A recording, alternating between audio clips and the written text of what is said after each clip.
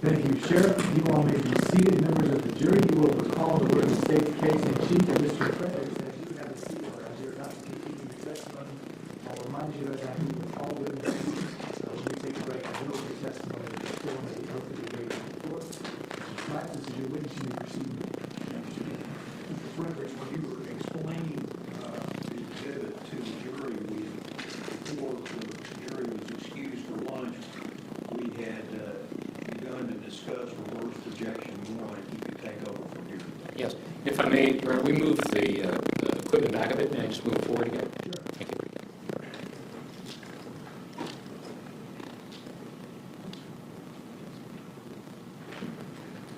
Can you see it?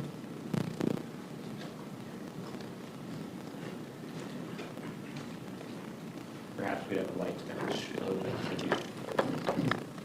Fredericks, my boss has indicated to me she doesn't think our jurors can see the screen, including the alternate jurors. Can everybody see the screen? All the way in the corners. Dan? All the way over here. Yes. Thank you.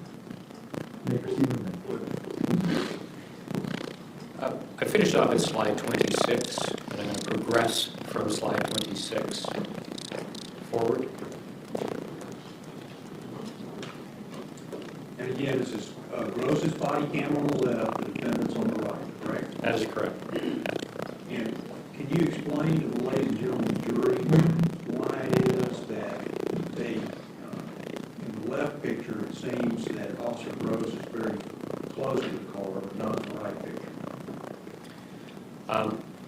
In the image on the left-hand side on slide 39, we're looking at the subject vehicle. In the Oliver camera on the right-hand side, we're actually looking at a different vehicle. So the one that I pointed out was on the side. The subject vehicle is just behind this parked vehicle. It will be exposed as Mr. Oliver gets closer. So forward on from 39.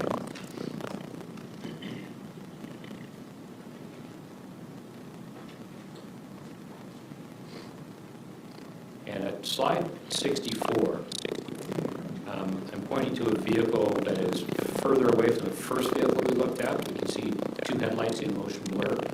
On the right-hand side, that's the subject vehicle. We'll look at it a bit more closely as we move forward.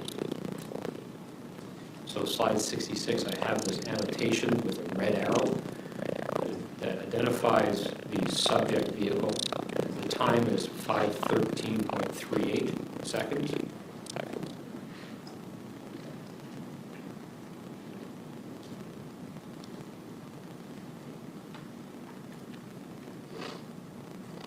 And again, Mr. Fredericks, if you took that 5:13, 8:14, and added it to the beginning starting time for the defendant, 23:13:15, it would add up to 11:18:29 as is depicted in the right-hand screen. Is that right? That's correct. Okay.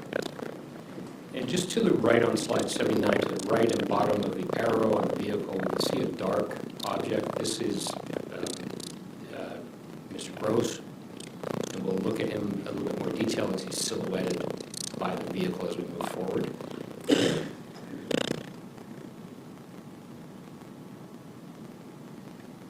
And I believe you've testified to this, but at all times when that car, the subject vehicle as you described it, when the car is on Barron Drive, it's backing up away from Officer Gross, backing up away from the defendant. Is that right? That's correct. Slide 95, I'm pointing with the arrow on the cursor of my mouse, Officer Gross, who is depicted in black, and he's just from this perspective to the right of the car, which is consistent with this perspective on the left-hand side from his camera. So we get a sense of where he is in the two images. I'll continue moving forward.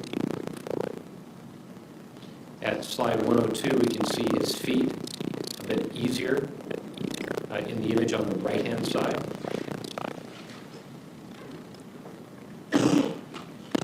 I'll advance forward. At slide 118, I actually have an annotation that identifies Officer Gross from Mr. Oliver's camera, and on the left-hand side, we see Officer Gross' perspective. So again, the synchronized view shows us the perspective and distance from the vehicle. And Officer Gross is still on the first road moving towards Shepherd.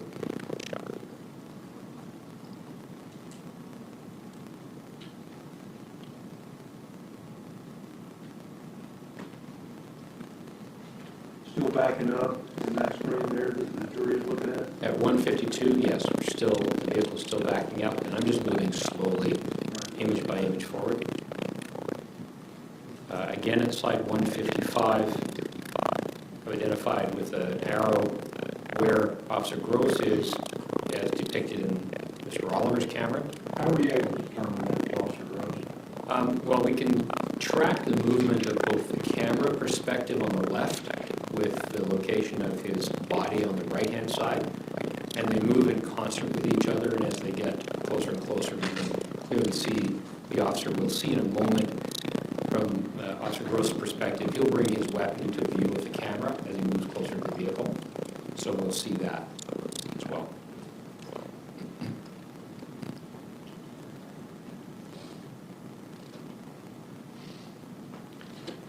Slide 180 identifies the west edge of the roadway at Shepherd and Barron.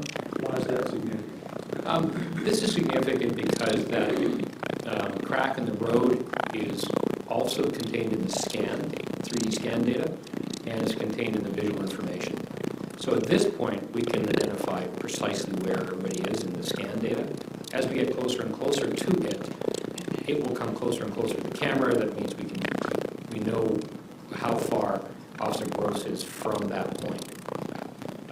It's a perspective reference point. And on slide 191, we know where the crack is on the road, and we can see the officer's legs here at that position. So again, we know who we're dealing with.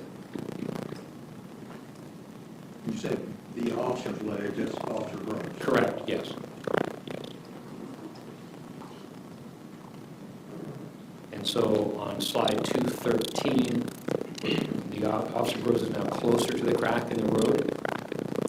And slide 214, we can see the relationship between where Officer Gross is in the perspective of Mr. Oliver's camera. We can see where that crack is. 3D data shows us where that crack is, so we have a good understanding of where the officer is.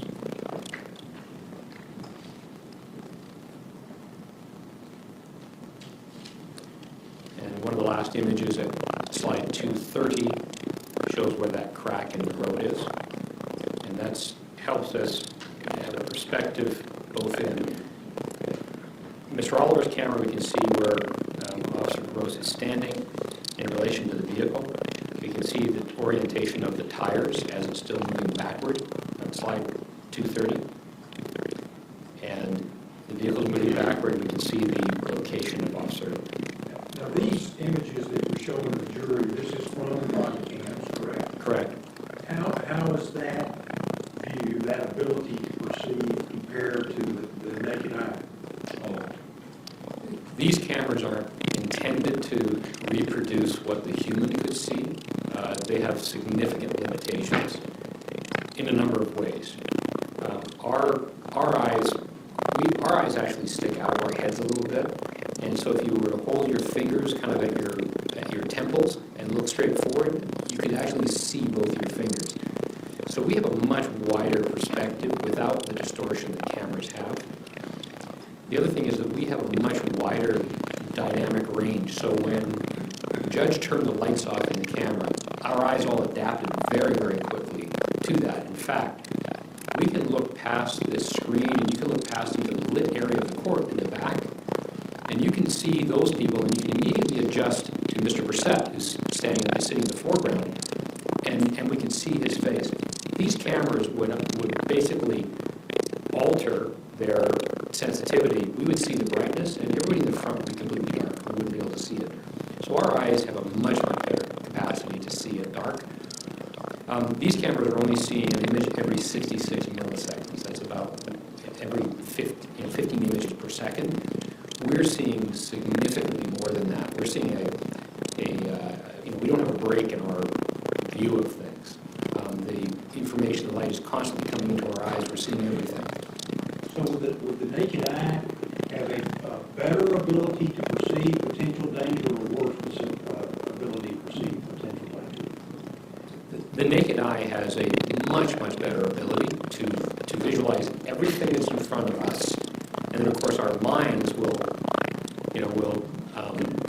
determine how much danger we perceive, but the visualization of it, we'll see everything. If somebody were to throw a ball, if I'm looking at you and someone throws a ball here, I'll be able to probably catch it, even though I'm not focused on that.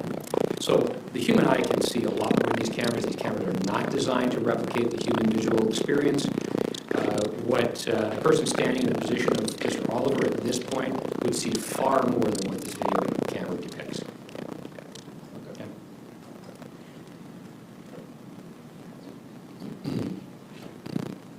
Slide 238, I've identified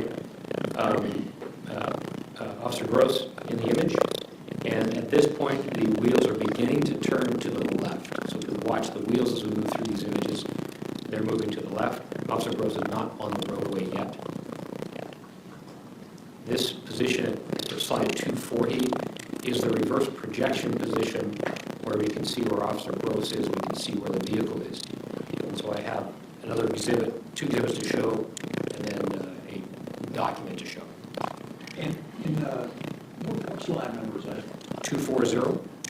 Can you tell in slide 240 whether the car has actually gone over into the left lane yet? Yes. And that's part of what the reverse projection will show. The front of the vehicle is straddled the center line. The back of the vehicle is more on the other lane.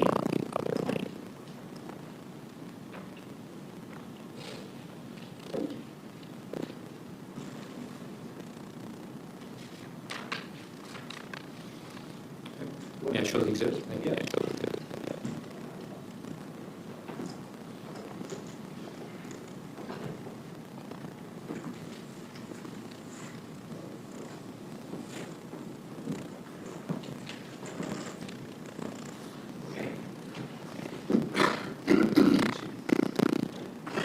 This is exhibit 273. Can you get the lights, Judge? Please, sir.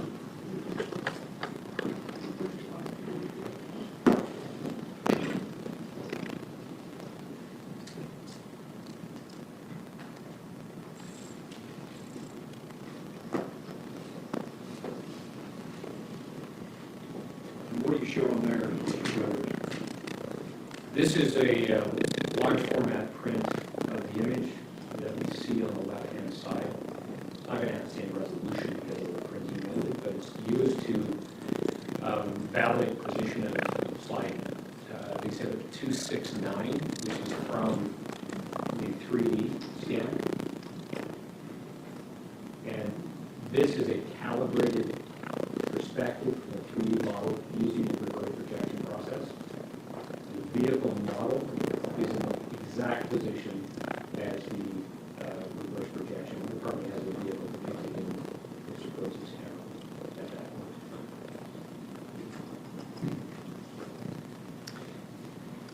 I'll have an exhibit that corresponds to that. And this is in that package of exhibits, and this is reverse projection 2. And if we could, if we could ask the people to stand, thank you very much. So this is the image in the TV image, and it shows the position of the subject vehicle straddled over the center line, and all of the features in the scan are identified, such as the corner of the building, just over the edge, top of the trunk, just near what's called the A-post on the driver's side of the vehicle.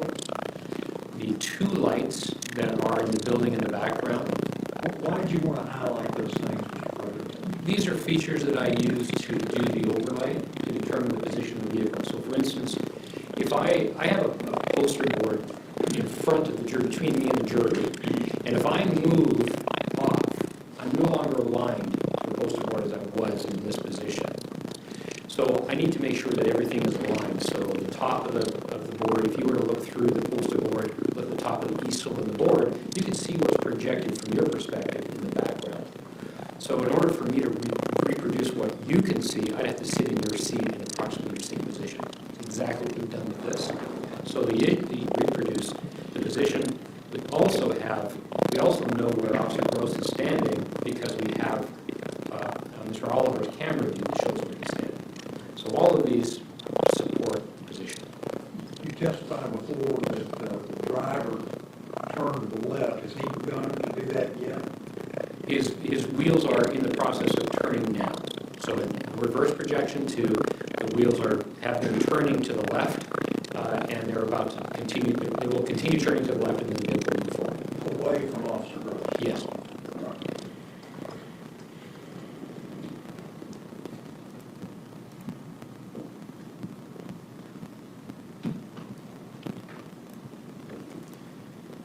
So I'll move forward through image 240 now. Again, as I said, we can see where Officer Gross is standing. That assists with the positioning of reverse projection 2. We'll watch the wheels continue to turn as to the left in 250.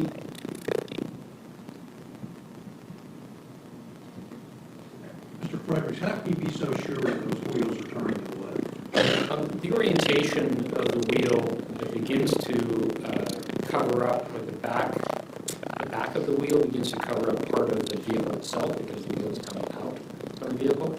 We can see the amount of the hubcap becoming more visible as it turns toward the camera. And then, of course, the vehicle moves in that direction. We can see all of that occurring. I'm at slide 257. I'll continue moving forward. You can see at this point the officer is holding his weapon forward. The weapon appears as if it's high in the air. If this were the perspective of the officer's eyes, it would look like he's holding the gun over his head. But he's not. He's just simply holding it over the camera. So the camera would be around the chest. But from the camera's perspective, it looks like the camera's looking up toward the gun. So it's just an assistance in the perspective.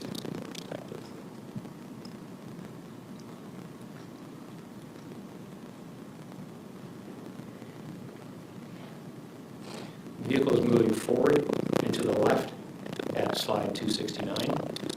How do you know it's moving to the left? The wheels are moving to the left. We can see the background is changing in relation to the vehicle. So, for instance, if I, from the jury's perspective, in relation again to this particle board, if I move to my right or to the jury's left, the relationship of the objects all change. So we can see that occurring. And you were able to render an opinion that the front wheels were turning to the left from the body cams, but a person that's there at the scene would have an even better view. Is that your testimony? Yes. Okay. So as I move through the images again, the vehicle is moving to the right from the perspective of the body camera. When you say to the right, you're not talking about the wheels, you're talking about the car going down south. The car is passing by the officer, so it's moving left to right in the field of view of the camera. At slide 300, there's light reflecting off of the rear passenger window of the subject vehicle. On the right-hand side, you can see the headlight that is somewhat perpendicular to the position of Mr. Oliver, who has moved up onto the roadway. And that window reflection off the glass with that light there, that's going to be Gross's flashlight? That's correct. Okay, what are those lights to the left there? This is a vehicle headlight from another vehicle that's on Shepherd Road. Okay. And we had a witness that testified earlier that he had come up on this vehicle from the north. His name is Reggie Mickens. Could that possibly be his vehicle there? It could be. I'm not aware of that testimony, but if someone said they were immediately behind the vehicle, that would be the vehicle. We can see in slide 301 the rear right wheel of the subject vehicle. How do you know that's the rear right wheel? Well, we can see behind the vehicle, we track the front of the vehicle as it moves by the camera. This is the rear of the vehicle I'm pointing to. We can see the rear post I'm pointing to for the window. And it's located just to the right of my arrow. What do you mean by the rear post? The window post. The dividing post in between the front seat and the back seat? No, it looks like it's the back window. It's like the back door of the vehicle. It's above the tire. So this would position Officer Gross at the back quarter panel of the vehicle. Not in front of the car. No. To the passenger side, to the right of the vehicle, at the rear quarter panel. The vehicle's moving away from you. What was it you were telling me last night about how cars don't drive sideways? What conclusions you could draw from that? Well, yeah, the vehicle is not moving toward the officer because it would have to be scrubbing right across the road. Vehicles don't do that, of course. They move forward depending on the orientation of the front wheels. So this perspective has Officer Gross standing a few feet away from the rear of the vehicle on the passenger side. I'll go between slides 301 and 302. The vehicle is coming closer to the camera. That means that the body camera is coming closer to the camera. It's not the vehicle. It may seem from this perspective that the vehicle suddenly jumps closer to the camera. Obviously, it's not. It's the camera moving closer to the vehicle. At 304, slide 304, I have an annotation that at 5:21 and 0.35 seconds, the audio detects the breaking of the glass. So let me stop you there because that's important. You can't tell that the glass is breaking from looking at that picture, correct, Frederick? That's correct. The reason that you know that that's the time when the glass was broken in that slide at 11:18:36 p.m. is because you matched it up with the audio spectrogram, right? Correct. How are you able to do that?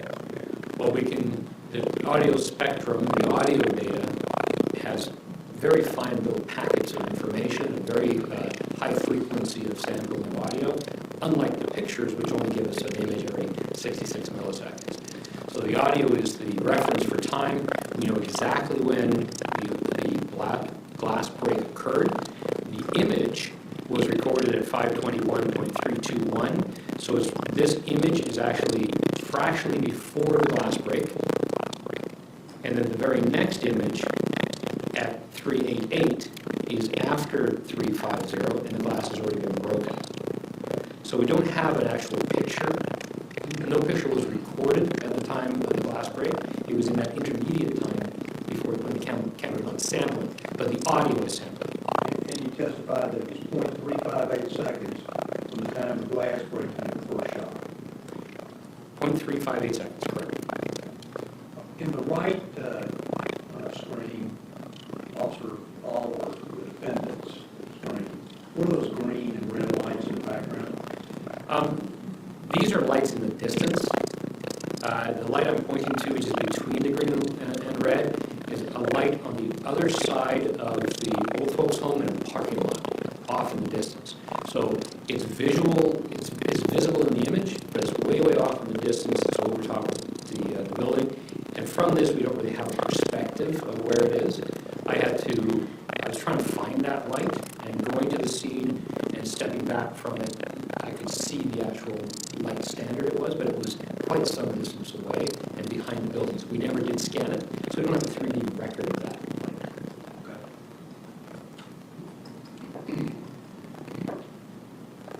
Moving forward now to slide 306. How do you know that's the front passenger side? We can see the front of the vehicle. We'll track the vehicle as it moves through the image, pointing to the front headlight. Its headlight spread pattern is on the ground in front of the vehicle, and it tracks in front as we begin to proceed. And this is the wheel, front right-hand wheel. What are those, looks like horseshoes on the left side there? Green, blue, yellow. These are reflections of light.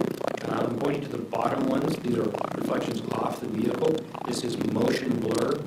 And basically it's a finite light, but the camera is in motion going down and up. So the motion could be caused by the officer moving quickly, bending down and moving up and over.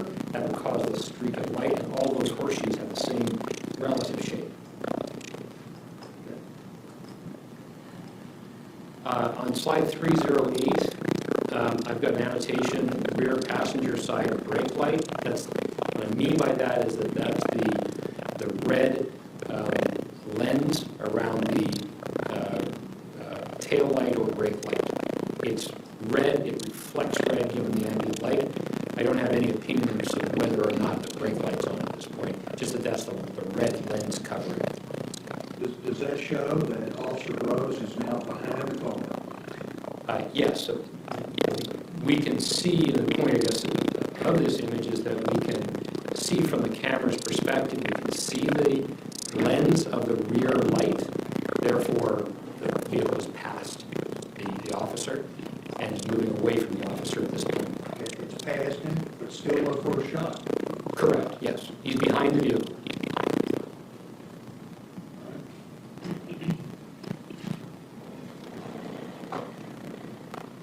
Slide 312, again, as the vehicle moves further and further away, we're beginning to see more of the rear of the vehicle.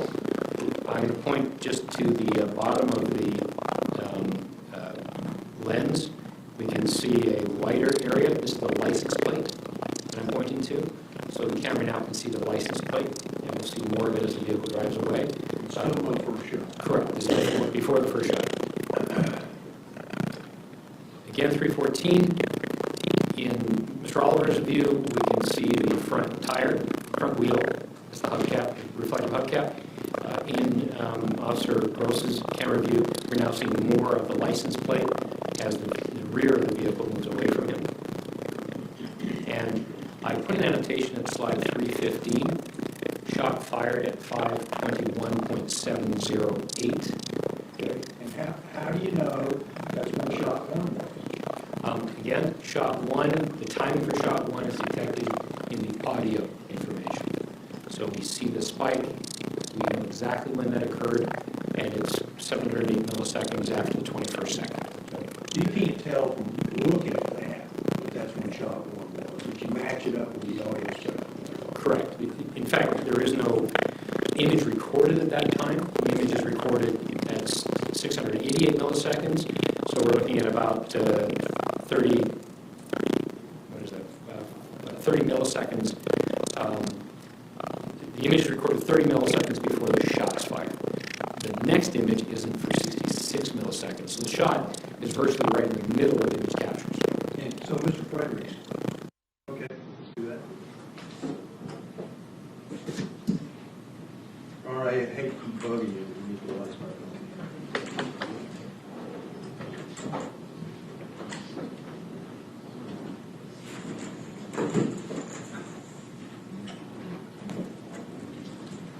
I'm going to hold up slide 274. This is the view from Officer Gross's camera at the reverse projection 3 position.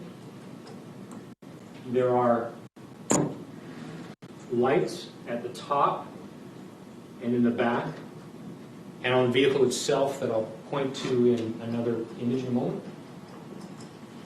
And that's exactly the same as what's up on the wall.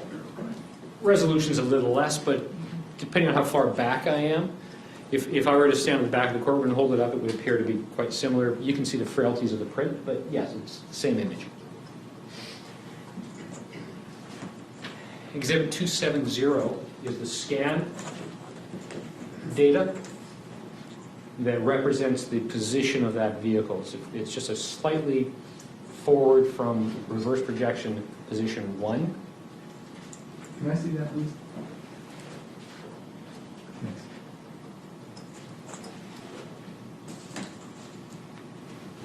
If I have the exhibit now from that package, if I may, reverse projection 3.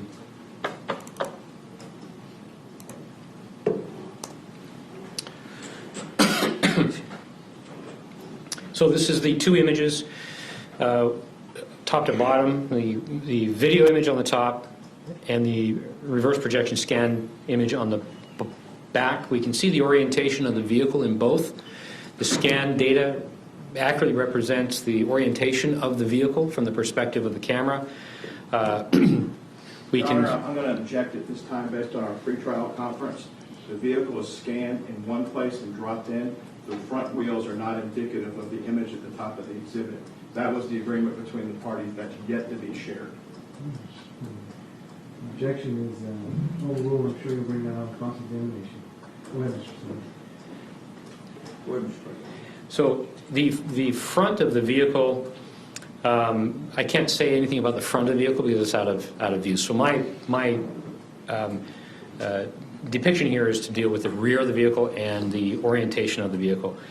And from this view, we can see the left rear lens of the light, so the brake light or the rear light, and we can see the relative position of the light in the scan data. Likewise, on the right side, I'm pointing to the area of the right of the lights, and using the annotations, I'm going to point out the vehicle. The slide 4 shows the rear left light. Slide 5, rear right light. Slide 6 shows the license plate that I discussed earlier. It's reflective. It's positioned between the two. And this just helps to demonstrate that the orientation of the vehicle in both is accurate. And so, Mr. Fredericks, that shows the back of the car, correct? Yes, With Mr. Officer Gross behind the car. correct. You down your mind about that? No. The overlay position of the rear wheels is in the same position. We have a street light that's in the perspective of both and is lined up with the center back of the car. And then we have two lights that are in the building in the background. And I'm talking about the base of the lights, not the blur. So at some point, this image is created roughly in about 10 to 15 milliseconds. That's the length of the motion of the camera while the image is being sampled. And at any given time, we can identify where the image is. I'm just going to the end of the motion blur to identify the lights. And directly above the rear left lights, we have these two images, two lights, and directly above this, we have the two images. So everything lines up. That's part of the reverse projection process, which tells us where in the road the car is.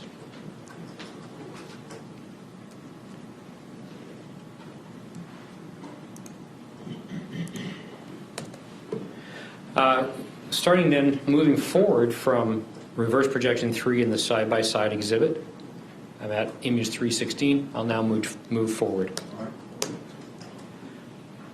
Image 318 shows the vehicle even further away from the gross perspective. 320, again moving further away. So shot 2 is the shot that killed Jordan. Still hadn't been fired. Correct. Yes. At this position at 323, which is the same image of 322, the time at 521.978, which is recorded after 521.955, about 23 milliseconds later from this image on the left, is when shot 2 is fired. Also on the right-hand side, Mr. Oliver's camera, the vehicle has now passing by him. The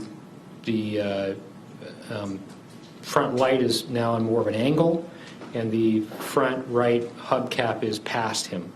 If you look at that left slide there, do you see what appears to be something shiny towards, almost at the border, almost at the middle? The middle of the image? No, nearer to the center line. Oh, That. this, yes. Where is that? That's a reflection off of the kind of the waist area of Mr. Oliver. So as we move forward, we'll actually see him in the image. But this reflection, again, there's motion blur. This is a reflection of something off of his duty belt, his uniform. Does that reflect a somewhat significant distance between the defendant and the car? Well, it's measurable, so we can see where the vehicle is on the next reverse projection. We'll see it. We can see where his approximate position is in relation to the vehicle. There's something that looks like kind of like a cloud there. Do you know what that is? Yes. What is that? So on this side of the vehicle, we have more definition of the lights and the motion blur. On the right-hand side, the passenger side of the vehicle, it's more blurry, and there's debris in the air. So this is what we refer to as GSR, gunshot residue, a cloud that is being backlit because there's light on the car, and we have blur. But this that I'm pointing to at the center, just to the right of the vehicle, is a cloud of debris. Go ahead.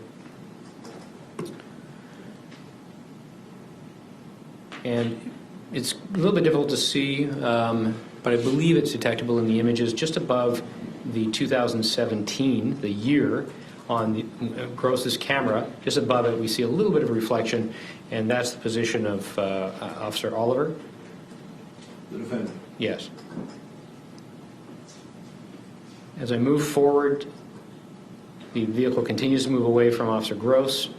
At slide 328, there's light now reflecting off of Mr. Oliver, so we can now see where he is in the roadway.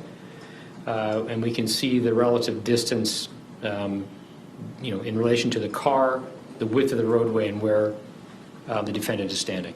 So in that slide, the car has passed not only Officer Gross, but the defendant as well.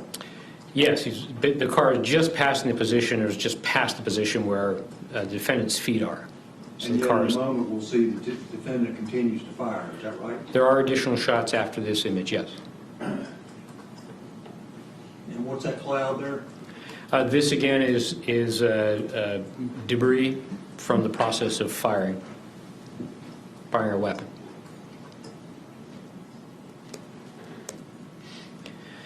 Shot 3 occurs at 5:22.203 seconds on slide 330. And I hate to keep beating a dead horse, but you're getting that time there from off of the audio spectrograph, not from looking at this video visually, correct? That's correct. So the image that we're seeing is fractionally before the shots fired, about 14 milliseconds before the actual shots fired. It's the closest image we have to the timing of the shot. So the defendant is firing at that car after it's passed him at a 45-degree angle in the southeast. Is that right? I haven't measured the angle, but it's probably close to that. Yes, the car is moving away. The shot was fired, and it's not I don't have any evidence about the ballistics and what hit what, but if a shot hit the vehicle, it would be coming off of that angle from behind the car. Slide 332 pans a little bit to the right. We can again see where Mr. Oliver is standing. We can see from the image at 334 that Mr. Oliver's back is to the camera. So he's facing down the road. Facing down the road, and we can see the extension of his arm and his hand where the rifle would be. Facing down the road, still firing. That's correct, yes.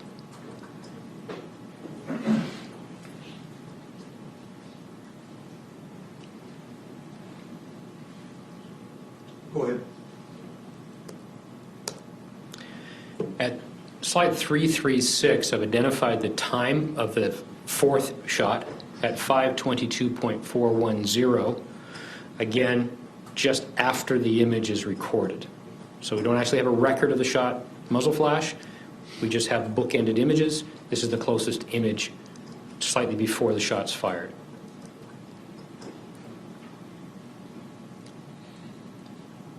Go ahead. Car continues to move away from the camera's positions. Slide 340 shows Mr. Oliver continuing to face toward the vehicle. And the fifth shot is fired at 5:22.642 on slide 343. And I noticed that in the defendant's body camera, it's still showing a time of 11:18 and 37 seconds. Is that right? That's correct. And is that consistent, that fifth shot there, with your previous testimony, that all 5 shots were fired within .934 seconds? Yes. So slide 344 identifies the reverse projection position, the last one, reverse projection 4. And again, the time of the shot was at 5:22.642. The image is recorded at 5:22.656. So it's 14 milliseconds after the shot's fired, 14 one-thousandths of a second.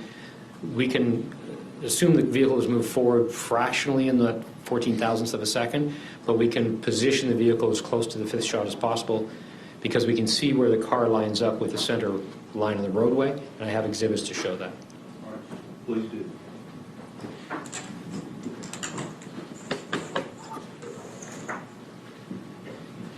Exhibit 275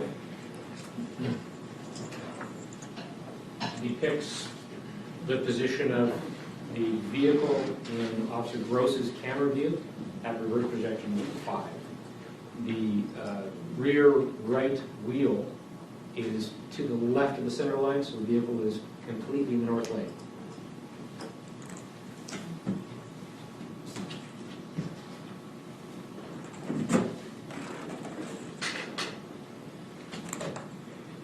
Exhibit 271 is the reverse projection image. It shows the vehicle in exactly the same position. And so now it's measurable.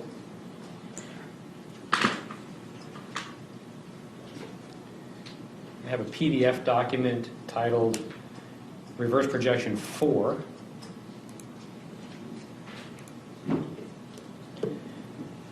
And this is your last reverse projection, is that right? It is.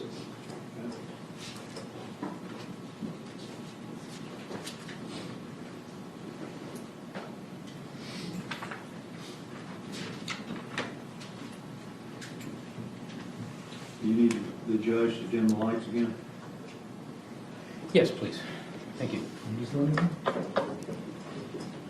So in the image at slide 2 in reverse projection 4, I have the image from the camera on the top, and I've brightened it up a little bit so we can see what available light is in the image. And on the image on the bottom, which is the 3D scan, there is a sphere. It's a blue sphere that I'm pointing to.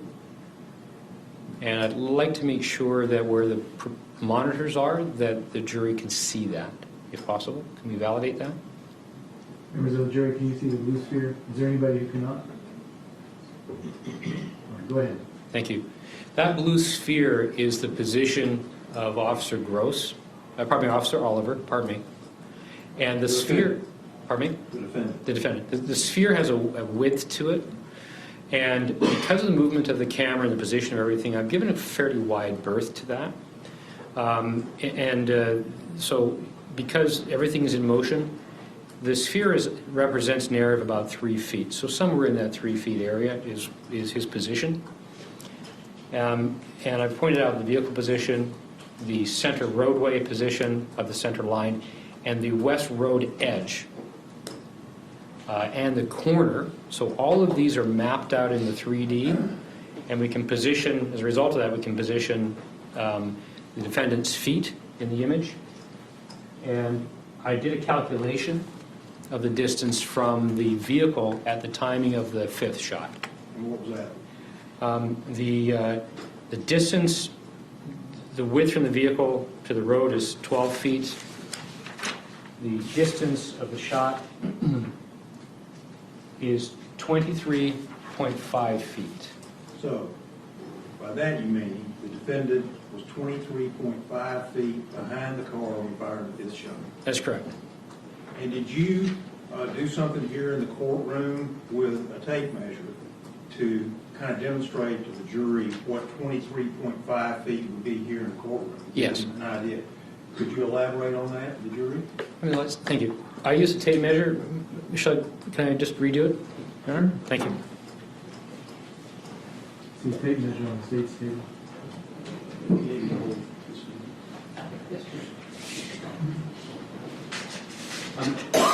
I'm going to ask counsel to hold the tape measure at the corner of the jury desk.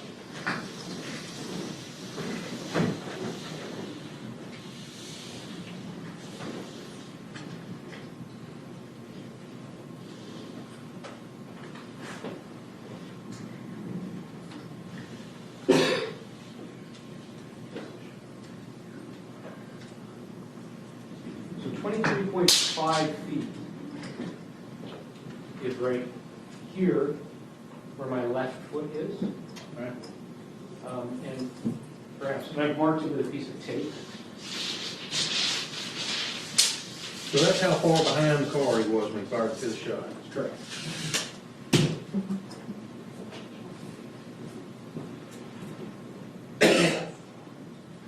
I have a traffic cone that I place in that position just for perspective. And would you like this TV move for a moment? Yes.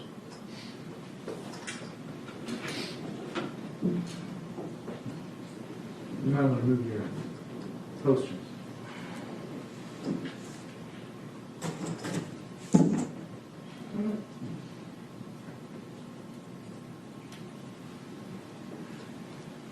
Can everybody on the jury see the cone? If you need to stand up, you can.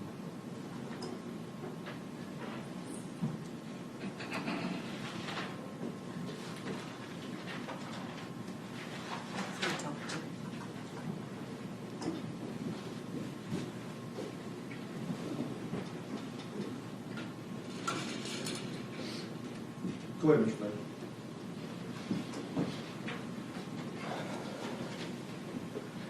That concludes reverse projection 4. Hang on just a second. You managed to lose all the TVs.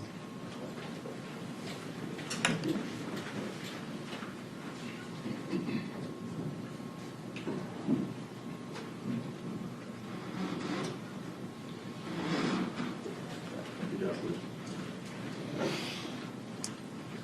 Thank you, Ms. Myers.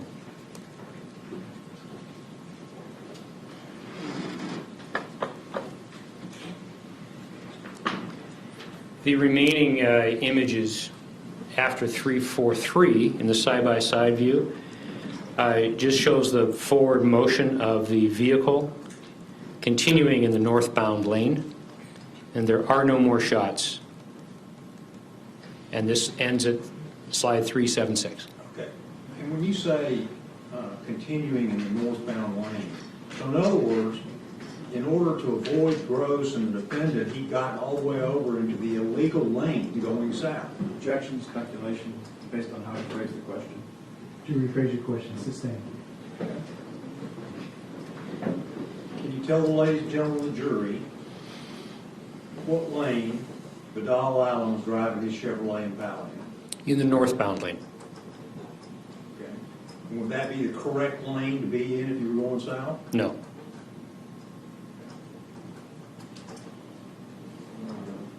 All right. You may proceed, Mr. President. That concludes that exhibit. I had one. No, it's 259, correct?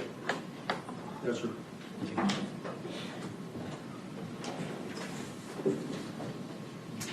I have one more exhibit. It is 267. And this is an overview. If you recall at the very beginning, I showed a 3D flyover. So once the vehicles were placed in the 3D perspective, in the reverse projection positions, those models were placed there. I can move anywhere through the model, from up top or below it, and it doesn't change the positions. They're locked into their positions. So these two positions in this exhibit depict reverse projection 3 and reverse projection 4. The position of the sphere where Mr. Oliver was standing, is depicted still as we showed before, as the vehicle moved across the lane. So we can see the relative distance between the parties when the first shots were fired, and then until the final shot, roughly the final shot was fired.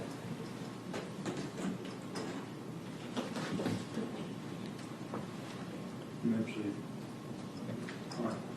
And then, before you give your opinions in this case, are there any other slides or exhibits that you need to demonstrate to the jury? No. Okay. You can take your seat then. Did you, in fact, after conducting this examination, form some opinions to give to the jury? I think because you've got the microphone up there, why don't you just stand up there? Thank you. It's easier for everybody to see. Go ahead.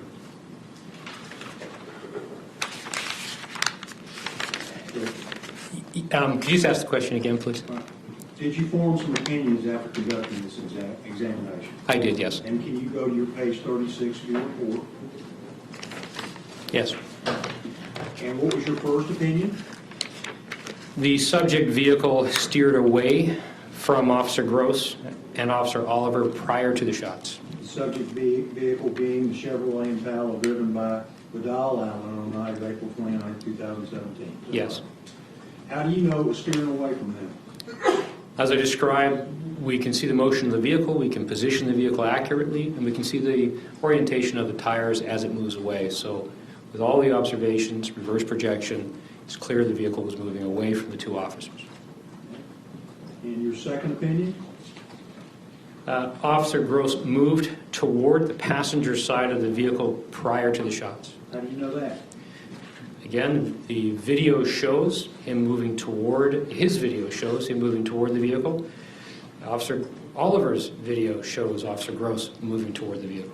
So not the vehicle moving towards them, but Gross going towards the car That's correct. while the car's backing up, That's correct. away from the officers. That is correct. Your next opinion, sir?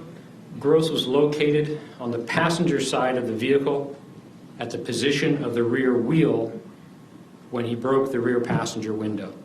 And you already told the jury about that, but recap for them how it is that you know that's where he was. We can see the rear wheel. We can see the rear of the vehicle. We can see the rear window of the vehicle prior to the window being broken. And we know the timing of the brake. And at that time, this synchronized video image shows his position where we can just see the rear right light. And your next opinion, I think, comes from the audio spectrograph. Can you give that to the jury?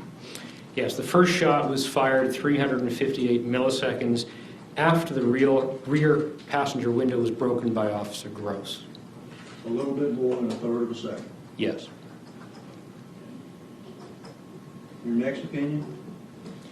The vehicle continued south on Shepherd Lane after the glass break and prior to the shots being fired. How do you know that, sir?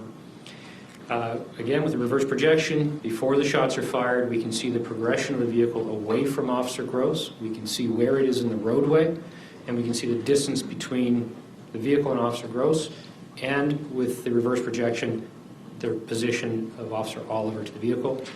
The vehicle is moving away. How certain are you on all these opinions, Frederick? It's my opinion. It's accurate, and it's based on foundation of the science and the validation from different scientific processes and multiple technologies, audio, video, and scan data. Well, why don't you read to them exactly what you said about that in your last sentence on page 36, just above your signature. This report is true and accurate to a reasonable or higher degree of professional certainty and or probability.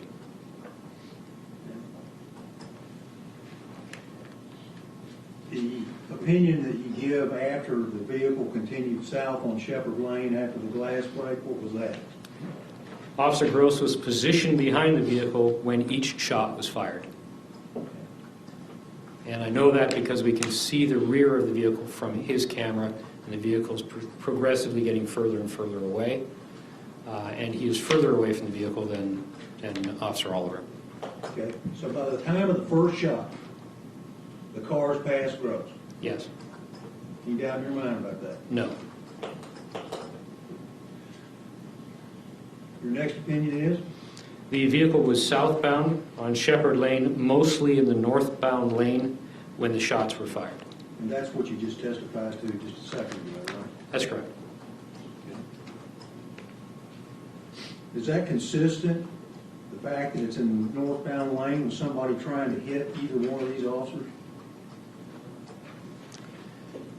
Well, the examination of the vehicle shows the vehicle moving away, so I can't say what's in the mind of the driver, but the vehicle and the officers would never have come in contact with each other. And then your opinion regarding shots 3, 4, and 5. All 5 shots were fired in the span of 0.93 seconds. And the opinion just above that starts with the words, the vehicle had passed. Sorry. The vehicle had passed Officer Oliver when shots 3, 4, and 5 were fired. All right. Have a moment, Your Honor. Sure.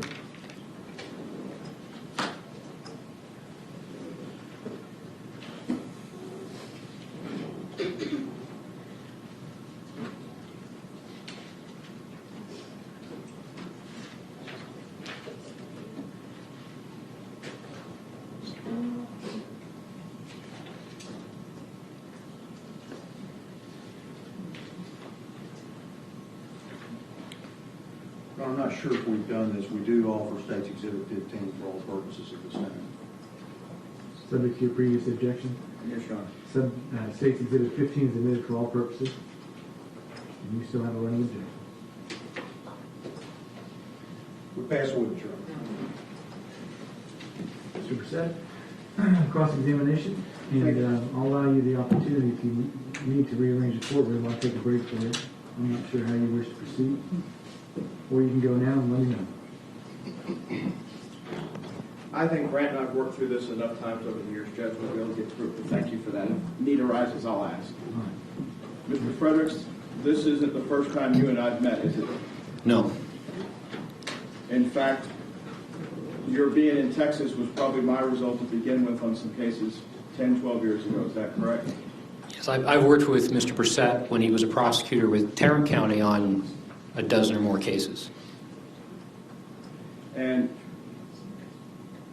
as part of this, I want to go through some questions with you this afternoon to see if I can better understand this for what took place out there on 29 April 2017, a date that you and I both weren't out at the scene. Is that correct? Correct. And some have characterized this type of evidence as Monday morning quarterbacking, but that's really not what we're doing. We're making a forensic review of what we see. Is that correct? I agree. This is not Monday morning quarterbacking. I'm not here to quarterback what the officers did, just what the video shows. And I agree with that characterization, yes. And at the same time, we're not going like the Zapruder film, though, frame by frame to see how things take place. For an officer, for those last set of slides you had, maybe 80 slides that take place in less than 9/10 of a second, a split second. You'd agree with that, correct? Could you rephrase the question, please? I'm not sure what you're asking. The last 90 or so slides that you had took place in less than a split second. Would you agree with that? Well, the 90 slides represent a few seconds, so not a split second. You're saying 90 of the slides represent a few seconds? Well, I wouldn't characterize it as a split second. In previous trials in the state of Ohio, you've considered 800 milliseconds a split second. Do you recall that? In 800 milliseconds, a split, well, yeah, 800 milliseconds, anything under a second is a split second, but we've been looking at more than that. We're looking at the lead up before the shots. The shots were fired in under 1 second. I wouldn't disagree that that's a split second, But I'm dealing with what leads up to that and including that, so it's more than those slides. Exactly the point. You have to look at this from an officer's perspective that's discharging their weapon in the state of Texas. You have to take into account the lead up to the discharge of the weapon. You'd agree with that? It's beyond my area of expertise. That's a use of force and police policy question. And as part of the lead up to where Mr. Snipes had you on direct for the first shot being fired, where you put the annotation on the slide, it takes, through your training and experience, because you've been in a number of police shootings where you've testified such as you have today, it takes a period of time for the human brain to send the signal down the arm to the finger to pull the trigger. Is that correct? Again, that's outside my area of expertise. And in that same time frame, you've heard people ask you questions about where to put a vehicle or a person a second and a half, 2 seconds before, based on one's reaction time. Is that correct? You can move the vehicle back in time and look at it 2 seconds before the first shot is detected on your audio spectrograph, correct? Yes. And if it's 2 seconds or 1.5 seconds or 1 second, that's where one has to judge a vehicle, not when the actual sound of the projectile is recorded. You'd agree with that? It's beyond my area of expertise. Do you know in modern police training for use of a long gun, what a sight picture is of a target? That's outside my area of expertise. When police officers train as a team, I assume that your training up in Canada as a police officer is the same as the folks in the States. You train as a team. You get to be used to your partner and stuff like that. You get to pick up each other's mannerisms. Would you agree with that? My partner was a dog, so that would be a bad thing, I think. Well, and I know your partner's a dog, and that's just kind of what I'm going with here. You pick up not only the verbal cues, but you pick up the nonverbal cues. Would you agree with that? From my dog, yes. All right. Well, how about officer to officer? Is there an international cue or a verbal sign that when an officer clears leather or withdraws his sidearm from his holster, that's an international cue that something is amiss and there's a reason for an officer to take his weapon out of his holster? Well, going back a number of years when I was in the job, my experience is that, I'm not going to use deadly force or elevate to deadly force unless I can justify it. It doesn't matter what my partner does. So if you're asking me about my own experiences, back when I was a police officer, I had to be responsible for my own actions and not do something simply because my partner did it. So I don't know if that answers your question or not, but again, it's outside my area of expertise for current training. I'm just asking a simple question. If you pick up a cue from your partner, I'm not asking about whether force is deadly or not. Certainly in an active shooter situation, you'd agree we had an active shooter situation here, would you not?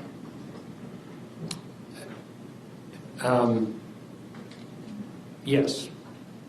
Officer Gross, by kicking his siren on, we put 150, maybe 200 kids out in the street, and we got 12 rounds bouncing off of that amphitheater shape of the nursing home, amplified back down Barron. If we give you the hypothetical, the shots were fired right by the nursing home door. And you've seen those crime scene photos when you looked at the case. I'm sorry, Mr. Brissett, you've asked several questions. You suggested that there was a siren. I don't recall hearing a siren. I'm sorry, just so I understand what I'm answering. You had an occasion to read the police reports from the Sheriff's Department, correct? I read a summary, and I really don't have any memory of what the contents of that summary was. I read it quickly. I don't often rely on that.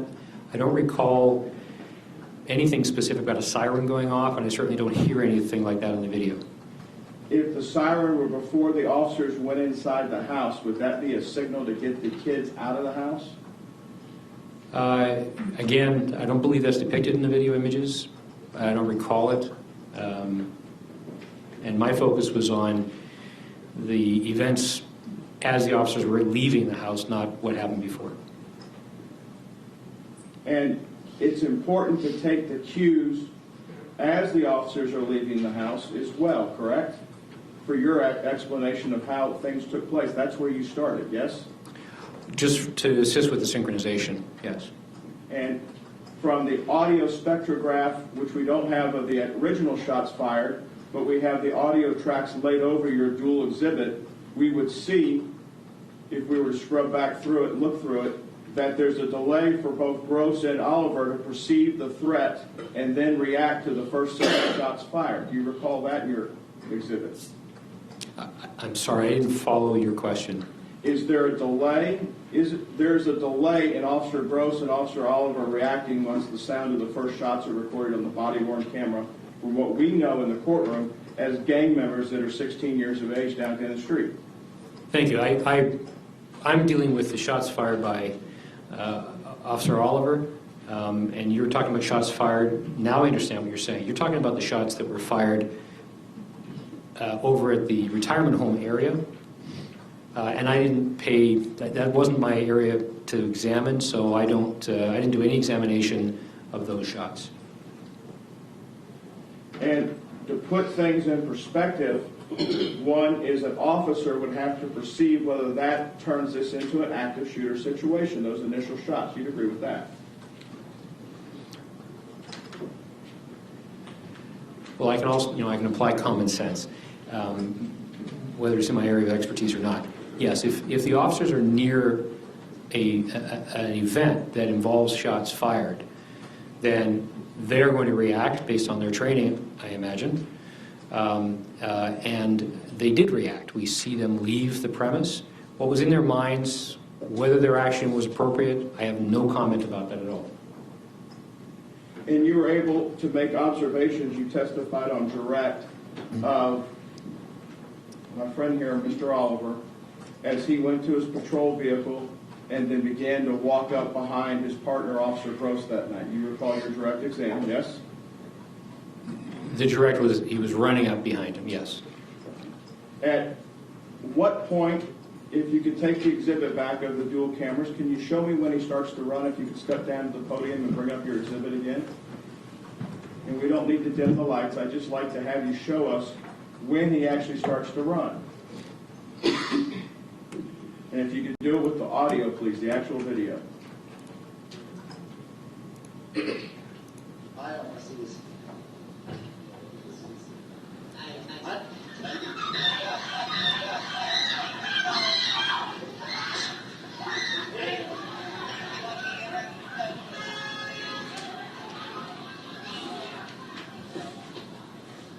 Hey, stop that car!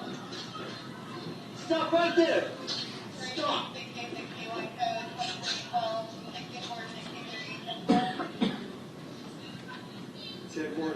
Shots came around somewhere in the Shepherd area by the nursing home.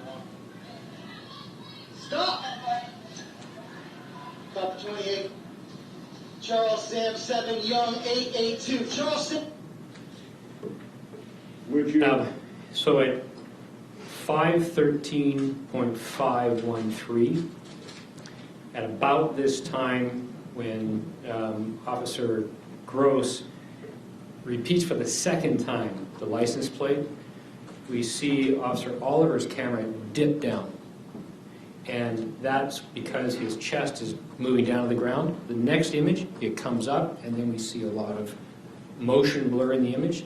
So the dip down, which is fractionally before this image, at 5:13:53, is the beginning of the running. Well, I was going to use my common sense as well, and you just hear his feet, you hear his steps pick up. Would you agree from that point forward until he runs up to where the shots are fired? I would rely more on the video because, again, we have both tracks. We have both officers. So whose feet is it? It's possible somebody else is running beside, the officer at the time. I think from this perspective, the video is a much more clear and accurate representation of when he begins to run. And he doesn't begin to run until his partner's voice, the tone changes in it. Agreed. Correct? Yes. Could that be a visual or auditory clue that there's something ahead that is causing his partner concern?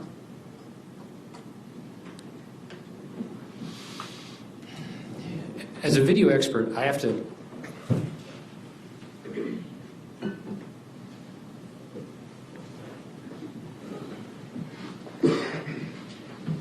regard from our knowing what's in somebody's mind. So I can't know what's in someone's mind. So I'm not an expert to talk about police practices or is that fear in his voice? That's not my evidence. I can only help you with what the images show and what the audio shows. You would agree, though, Mr. Fredericks, that at the time that we hear what's consistent with somebody running like Officer Oliver, that just prior to that, Officer Gross's voice has picked up a very high pitch. Whatever you want to call the pitch has changed. I agree with that. At the time that his pitch changes, Officer Oliver begins to run.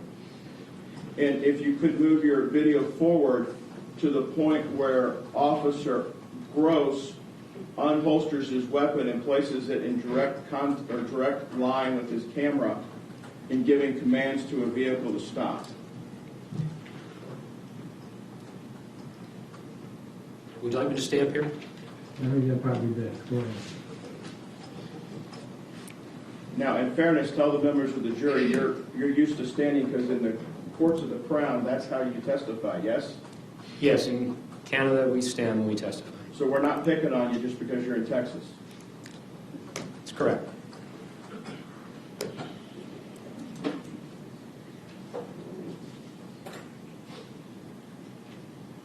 So you've asked me to forward the video until you can see Officer Gross's weapon.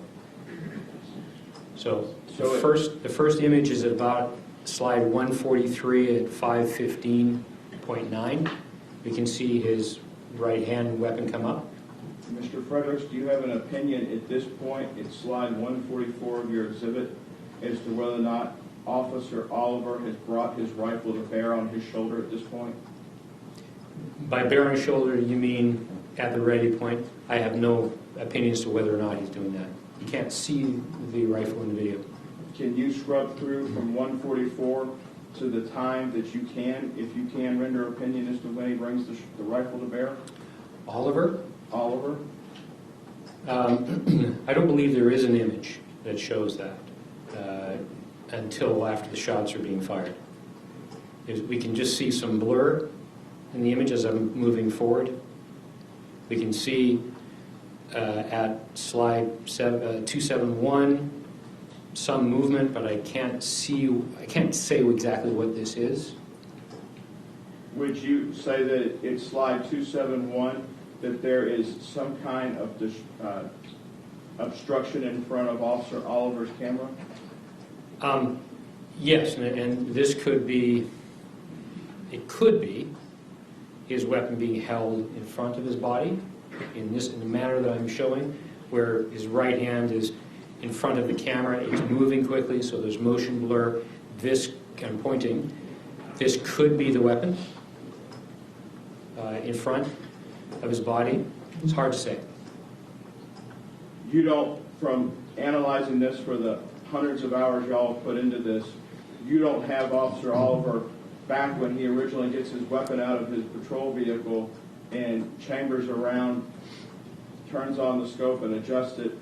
You don't see it at the ready all the way up. You don't see him running. You don't have any observations or opinion if he's running at a firing position all the way up, do you? Correct. I've made no observations to say whether or not that's occurring. Do you have your audio spectrograph there that you can pull up the VLC or the video version of it? Yes.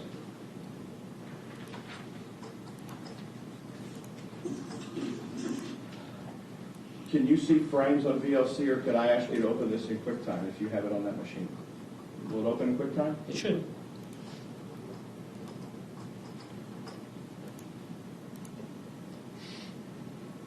And can you switch the counter over to frames? Yes, I'm there. Did you make any auditory observations around approximately frame 39 as to any human sounds emitted before the glass breaks? No.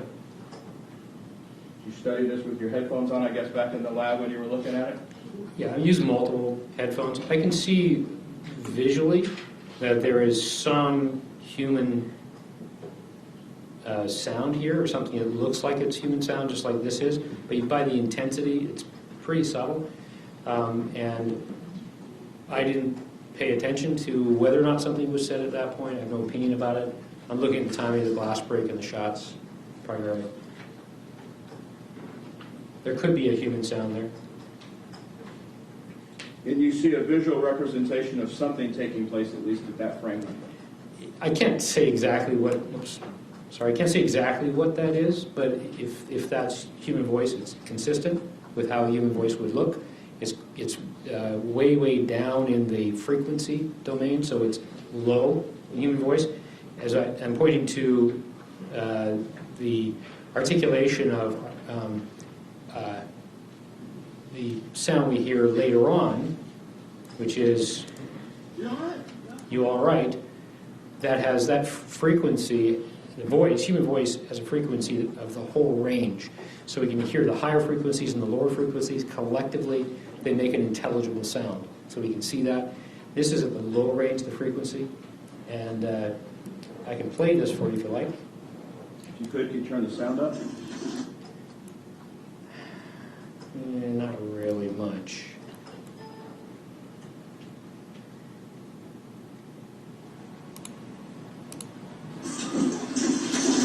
So you can see, you can hear a guttural something there. And I could probably, to assist you,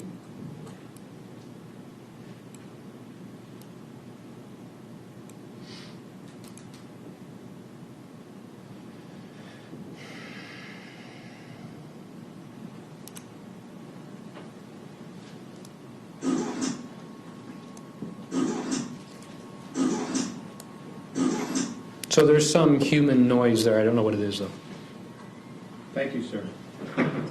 The cameras themselves, were these top-of-the-line, enterprise-class, body-worn, police-issued cameras?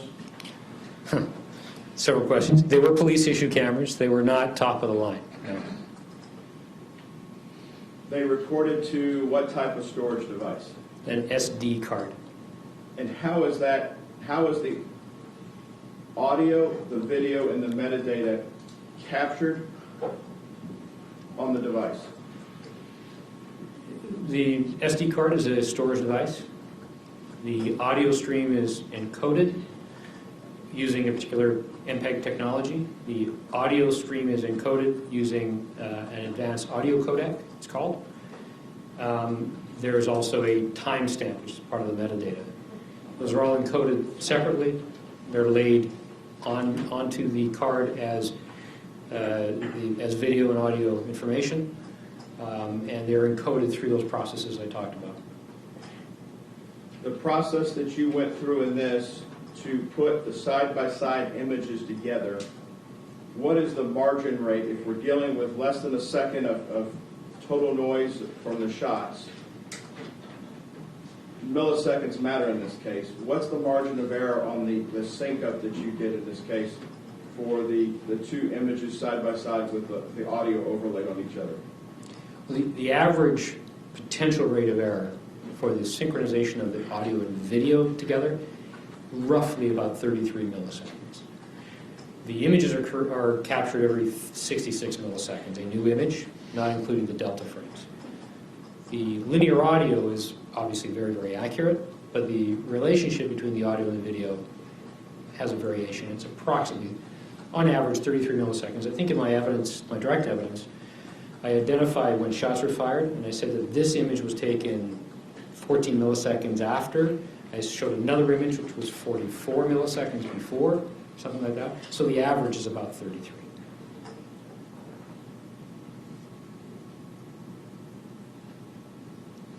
The encoder for these body-worn cameras, that's what assigns the timing, does it not? The audio encoder? Yes. And is the audio encoders, are there two clocks, one for the audio encoder and one for the video encoder? There's two separate technologies, two separate encoding processes. Where does the timestamp, Grant, that we see on the overlays come in from the video? Where's that DME or that metadata come in on the DME? That's really set at the very beginning. So at some point the camera is assigned a time. Camera can be turned off and turned on. When it's turned on, it has an internal clock.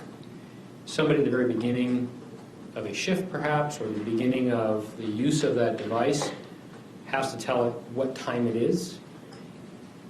That then has a clock that says this time plus the linear runtime will then update the clock.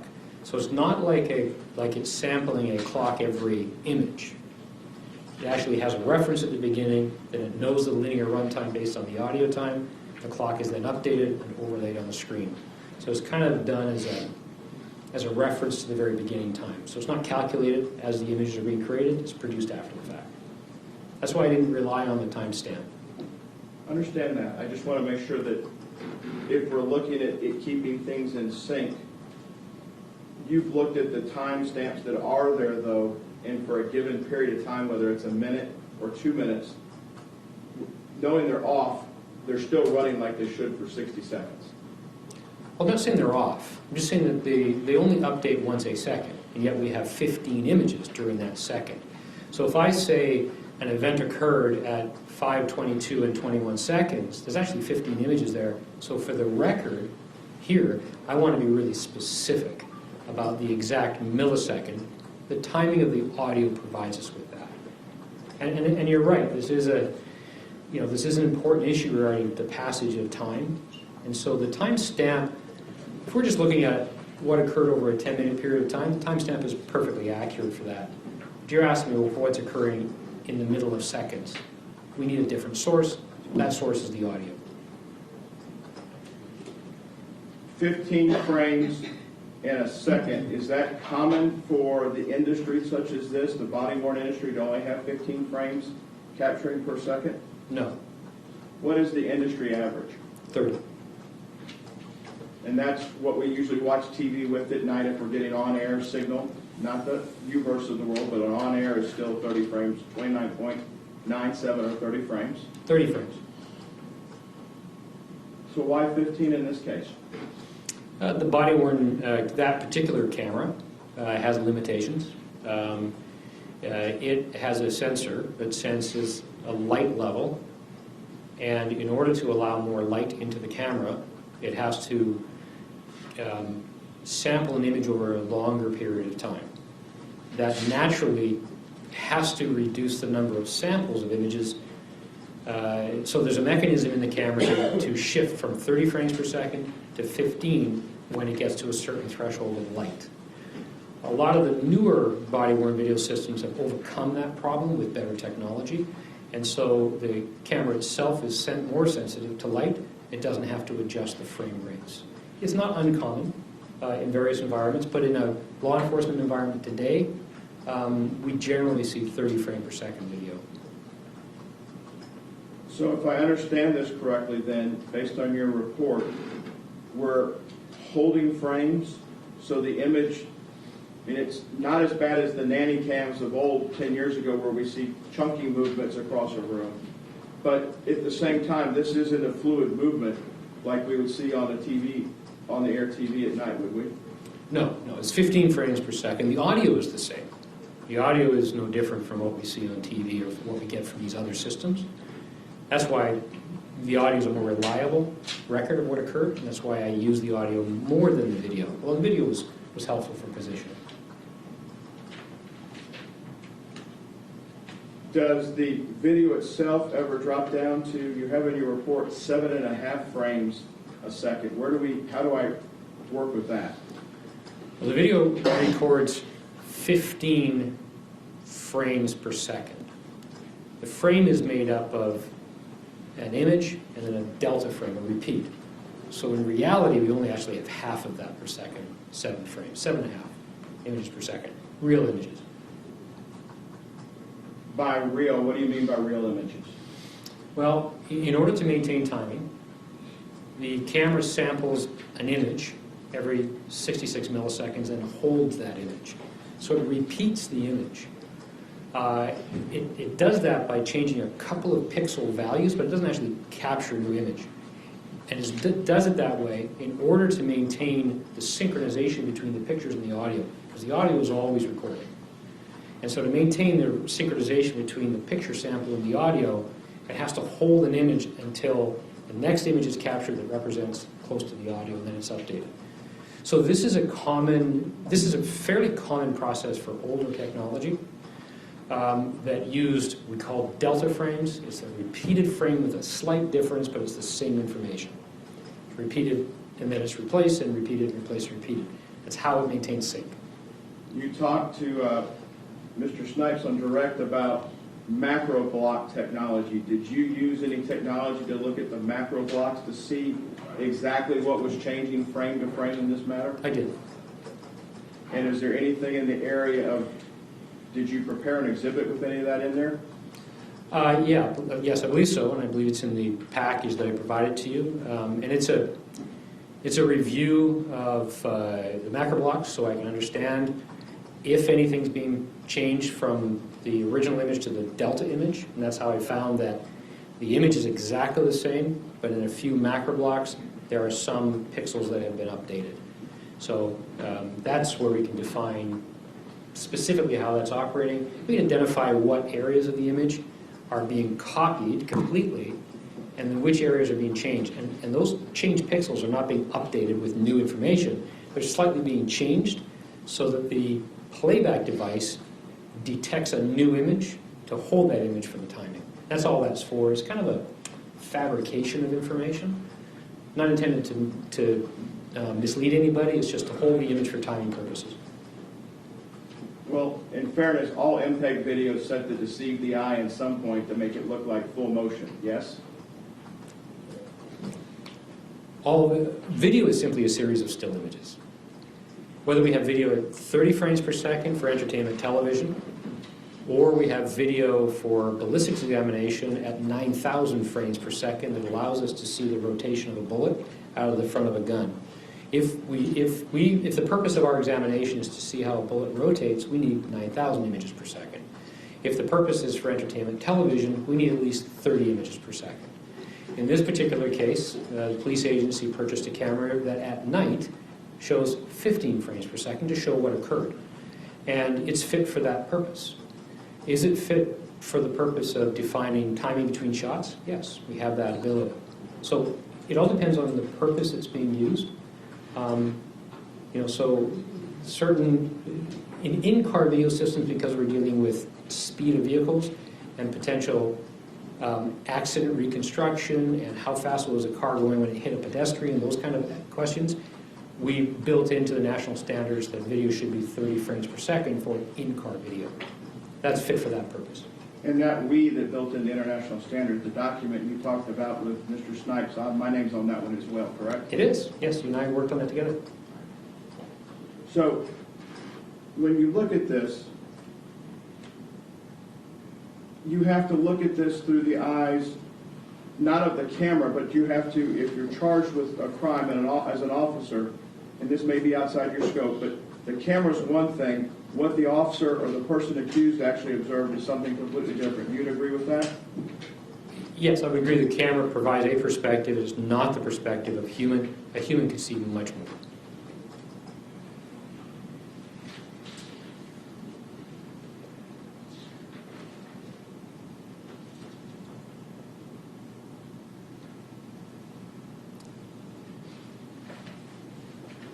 This camera, this body worn, it didn't have any type of advanced computer or artificial intelligence to make any decisions or determinations as to what was taking place out there? That's correct. Would you agree with me that the examples that you brought forth today are just one piece to a puzzle as to understanding what took place during a shooting incident with an officer? Yes, I agree with that. Would you agree that the videos that you put forth today don't have built into them any of the human factors that it would take to make a determination to shoot or not shoot? Yes. Would you agree that they don't have the forensic evidence or the psychological or physiological evidence built into the video as well as whether or not to shoot or not shoot? Correct. As part of this, You have a device, I believe, you have a company called Input Ace, or a software product that you and your family market that is a forensic tool that you used in this case. Is that correct? Well, I have 10 employees, one of which is my family, so technically my family's involved. Yes, I have a piece of software that we developed a number of years ago that underwent extensive peer review that is being used by hundreds of police agencies around the world for the purpose, partly, of examining video evidence. It's used by us. I paid my yearly renewal fee last week to y'all. That's right. Dallas, the county DA's office has it. A number of police agencies here in the Triplex area. Tarrant County DA's office has it. Private attorneys have it, including Mr. Brissett. With that, are you able to look at the actual video files from the officers' cameras and make any observations that may not be contained in your 376 slides? Yes? Do you have a full version of Officer Oliver's video with you that you ingested to work with in this case? I do have a copy of the original video, yes. Mr. Brissett, once you mark your spot, we're going to take our afternoon break. Members of the jury, if you would please go with the sheriff. Please don't do any independent research. We'll meet back at 3:05. Watch your step, please. All rise for the jury.